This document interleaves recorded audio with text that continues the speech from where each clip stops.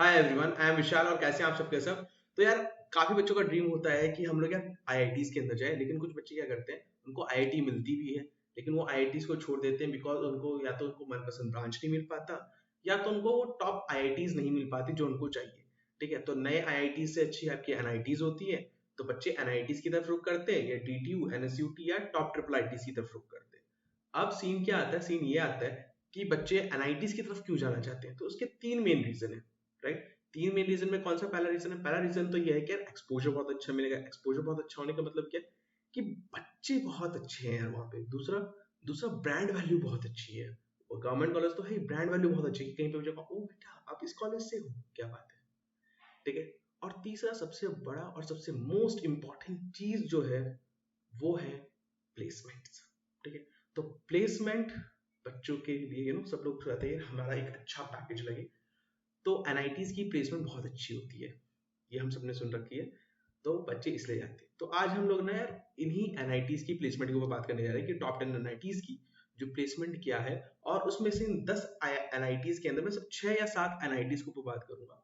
ठीक है, अब क्या है, हम लोगों ने बचपन से सुना है कि यार हम किसी भी एनआईटी के अंदर जा सकते हैं, प्लेसमेंट बहुत अच्छी होती है। यार कुछ एनआईटी की जो प्लेसमेंट है ना, वो या तो उसका एवरेज पैकेज 17 से 18 लाख का है, 100% प्लेसमेंट है कुछ ब्रांचेस के अंदर। और कुछ एनआईटीज ऐसी भी हैं टॉप 10 के अंदर जहां पे जो कुछ ब्रांचेस हैं, को ब्रांचेस है, मैं ज्यादा उसकी बात नहीं कर रहा, क्या कहते हैं, प्रोडक्शन वगैरह की बात नहीं कर रहा, मैं बात कर रहा हूँ को ब्रांचेस की भी। जो प्लेसमेंट रेशियो है टॉप 10 एनआईटीज के अंदर वो सिर्फ 20% का है। मतलब 100 बच्चे जा रहे हैं तो सिर्फ 20 बच्चों की प्लेसमेंट लग रही है। यस, ये रियलिटी है। ठीक है, और यही नहीं, इन टॉप 10 एनआईटीज में कई सारी एनआईटीज ऐसी है जिसका ओवरऑल प्लेसमेंट परसेंटेज रेशियो 60%, 70%, 75%, 80% भी है। ठीक है, कुछ एनआईटीज ऐसी हैं यहाँ पे। तो आज हम लोग इसी के ऊपर डिस्कस करेंगे और शॉकिंग रियलिटी एनआईटीज की प्लेसमेंट की आपके सामने रिवील करेंगे।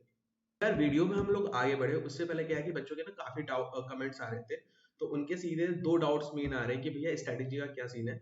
तो यार स्ट्रेटेजी की ऑलरेडी मैंने एक हफ्ते पहले वीडियो बना दी थी, तो जाके एक बार उसको देख लो कि तुम्हारा इस लास्ट के जो तुम्हारे 6 वीक्स होंगे उसके अंदर तुम्हारा क्या रहना चाहिए। ठीक है, तुम्हारी कैसी अप्रोच होनी चाहिए। और दूसरा जो सबसे ज्यादा डाउट आ रहा है कि भैया जेई मेंस के लिए कौन सा मॉक टेस्ट हम लोग फॉलो करें। ठीक है, तो यार जेई मेंस के लिए जो सबसे आपको, अगर मैं कोई बुक रिकमेंड करूंगा आपको मॉक टेस्ट के लिए, तो मैं करूंगा यार ऑजवाल बुक्स की। ठीक है, ऑजवाल पब्लिकेशन ही है, ऑजवाल बुक्स है ये। ठीक है, तो ऑजवाल बुक्स की यार इसके अंदर मेन चीज क्या है मुझे जो अच्छी लगी, सबसे पहले तो ये है कि इसमें लेटेस्ट पेपर है। ठीक है, आपका जो 2021 का जो पेपर हुआ है ना वो इसके अंदर दे रखे हैं। इन एडिशन जो आपका 2020 का भी फुली सॉल्व पेपर दे रखा है डिटेल एक्सप्लेनेशन के साथ। और इन सब के अलावा यहाँ पे माइंड मैप्स है। ठीक है, माइंड मैप और निमोनिक्स सब है। तो माइंड मैप में एक्चुअल में होता है क्या, सारा का सारा चैप्टर का जो भी रिएक्शन है या फॉर्मूले है वो एक जगह पे आ जाता है। ठीक है, और इसके और भी बात करें तो यार इसके अंदर पूरे 15 मॉक टेस्ट आपको दे रखे हैं। ठीक है, तो आप पूरा मॉक टेस्ट इससे कर सकते हैं, और साथ ही साथ पूरा का पूरा डिटेल ट्रेंड एनालिसिस दे रखा है कि यार कौन से चैप्टर से क्या आता रहा है। और कुछ टिप्स भी दे रखे हैं जी मीन्स को, मैंने दे ही दिए हैं। ठीक है, लेकिन इसमें भी कुछ टिप्स दे रखे हैं जी मीन्स के अंदर कि किस तरीके से आपको करना है। ठीक है, और इसके अंदर क्यूआर स्कैन कोड होता है, इसको आप स्कैन करके ऑनलाइन कंटेंट भी निकाल सकते हैं जो आपके लिए हेल्पफुल रहेंगे। ठीक है, इवन अपेंडिक्स भी क्यूआर फॉर्मेट में अवेलेबल है इसमें। ठीक है, तो आप इसको परचेज कर सकते हैं for the JEE Main mock test preparation के लिए। चलिए अब हम अपनी वीडियो की शुरुआत करते हैं। सबसे पहले यार हम लोग एनआईटी कुरुक्षेत्र की बात करेंगे, लेकिन मैं आपको पहले बता देता हूँ इन टॉप जो मैं एनआईटीज की बात कर रहा हूँ इसमें कोई भी मैं अरेंज वे में लेके नहीं जा रहा हूँ, मैं कोई सी भी एनआईटी कभी भी बोल दूंगा। और एक और चीज़ कि मैंने इसके अंदर लास्ट में एक एनआईटी ऐसी रखी है जो टॉप 10 एनआईटीज में नहीं आती, लेकिन उसका प्लेसमेंट बहुत अच्छा है, इसलिए मैंने रखा है क्योंकि लोग उसको अंडर एस्टिमेट करते हैं उस एनआईटी को। तो एनआईटी कुरुक्षेत्र की बात करते हैं यार, जिसकी बोल रहा था ना जिसकी 20% प्लेसमेंट है, ये टॉप 10 एनआईटीज में आता है। और देखो सिविल इंजीनियरिंग, ठीक है, 20% प्लेसमेंट, ओनली 20% प्लेसमेंट। और ये इस साल का डेटा है जो कि एनआईटी वालों ने खुद रिलीज़ किया है, तो आप इसको समझ सकते हैं और देख सकते हैं कि यार इसका क्या सीन है यहाँ पे।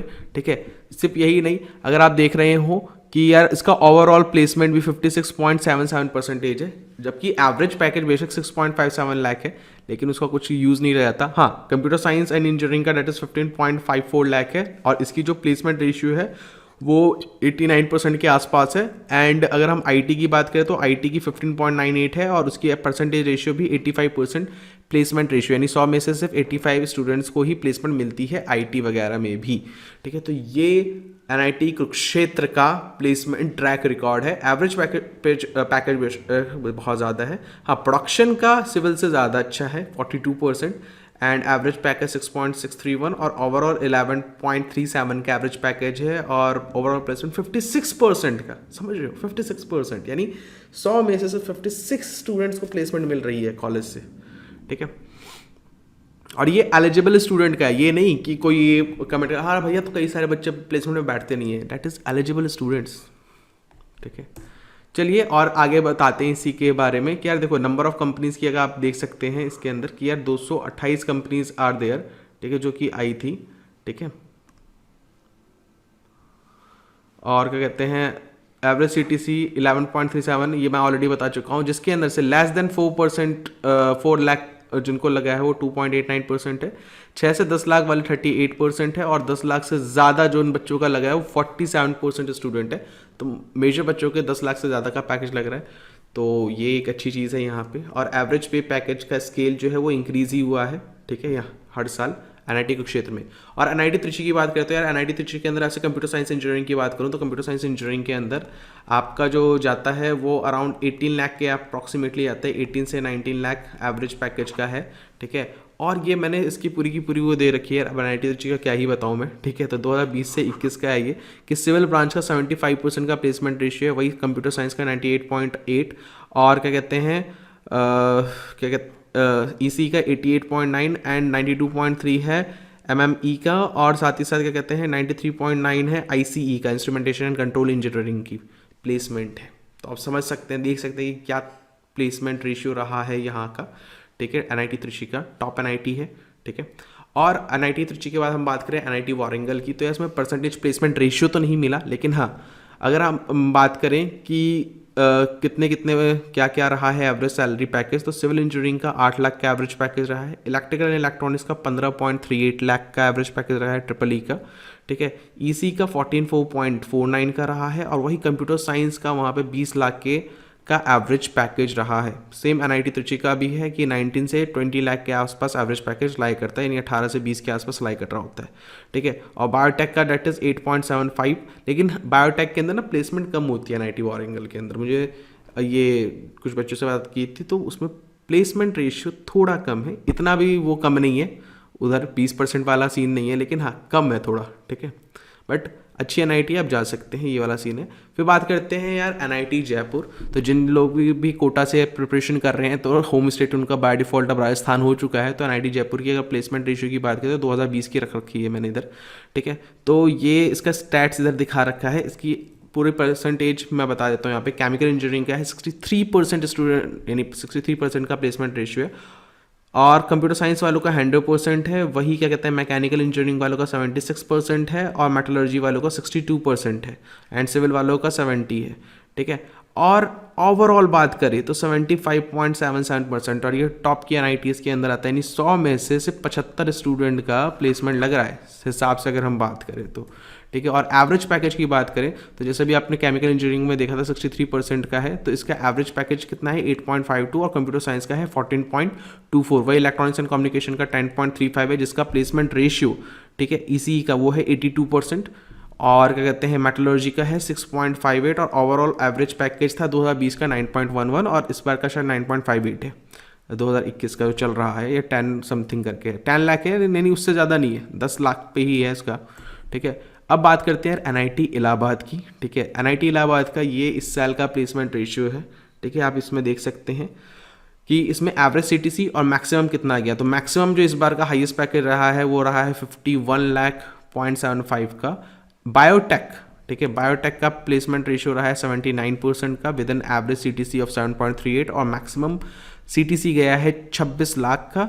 वही सिविल इंजीनियरिंग का यार रहा है 67.5%, और एवरेज पैकेज 10.55 लाख का है, काफ़ी अच्छा है सिविल इंजीनियरिंग का यहाँ पे। 95% का प्लेसमेंट इधर रहा है कंप्यूटर साइंस में 19 लाख के एवरेज के साथ, और 94% का प्लेसमेंट रहा है ईसी का विद 12 लाख का एवरेज। आईटी का रहा है 95 का 17 लाख का एवरेज पैकेज है, 17.97 इन 18 ही मान के चलिए। और ओवरऑल पूरे बीटेक का रहा इनके यहाँ पे डेट इज 87% का placement ratio with an average package of overall average package of 13.55। इसलिए मैं कहता हूँ कि थोड़ा सा एक बार कभी कभार ब्रांच वाइज भी देख लिया करो, ठीक है, और मीडियन को भी देखा करो। एवरेज हमेशा कुछ अलग एस्टिमेट दे रहा होता है हम लोगों को, ठीक। तो यार इसके साथ साथ ना जो मैंने इसमें एक इंक्लूड किया है, जो कि टॉप 10 एनआईटीज़ में तो नहीं आता, लेकिन एक काफ़ी अच्छी एनआईटी है एज पर placement, that is NIT Jamshedpur. Jamshed Singh Tata ji के नाम पे रखा गया जगह है जमशेदपुर, ठीक है, वहाँ पे एनआईटी है, एनआईटी जमशेदपुर, ठीक। तो उसका स्टैट्स है 2021 का कि भाई सिविल इंजीनियरिंग का जो एवरेज पैकेज है वो है 6.57। कंप्यूटर साइंस का एवरेज पैकेज देख रहे हैं 15.24 लाख। बच्चे इसको थोड़ा सा नेगलेक्ट कर देते कि यार झारखंड के अंदर है, क्या ही इतना अच्छा कॉलेज होगा। इस तरीके से कई सारे मैंने जब काउंसलिंग करवाया था इस बार बच्चों का, तो कई बच्चे नहीं ले रहे थे, तो मैंने उनको रिकमेंड किया था कि भाई कहीं इधर के कॉलेज में जाने से अच्छा एनआईटी जमशेदपुर में जाइए, अच्छा कॉलेज है, ठीक है।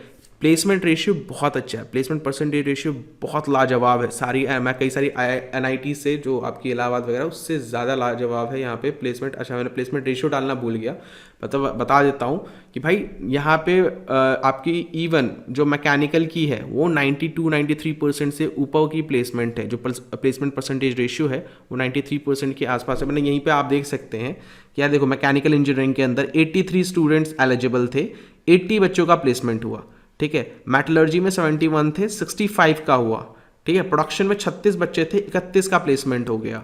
इसमें क्या कहते हैं इलेक्ट्रिकल में 81 थे, 75 का प्लेसमेंट हुआ। कंप्यूटर साइंस में तो 100% प्लेसमेंट रहा। बस सिविल का यहाँ पे देख सकते हो 65 बच्चे थे, 46 का प्लेसमेंट रहा, यानी 60% के आसपास रहा, 60-70% के आसपास, ठीक है। तो इसका प्लेसमेंट परसेंटेज रेशियो बहुत लाजवाब है, ठीक है। तो आप इसको कंसीडर कर सकते हो, ठीक है, कोई इतना इशू वाली चीज़ नहीं है, क्योंकि आप मैकेनिकल का भी मैंने आपको दिखा ही दिया कि क्या सीन था इसके अंदर, ठीक है।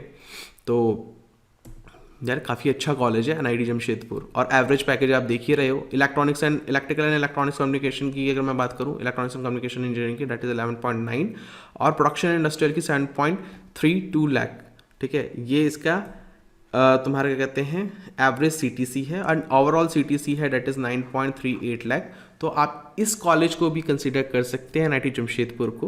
बेशक ये टॉप 10 एनआईटीज़ के अंदर नहीं डालते, लेकिन काफ़ी अच्छी एनआईटी है एनआईटी जमशेदपुर।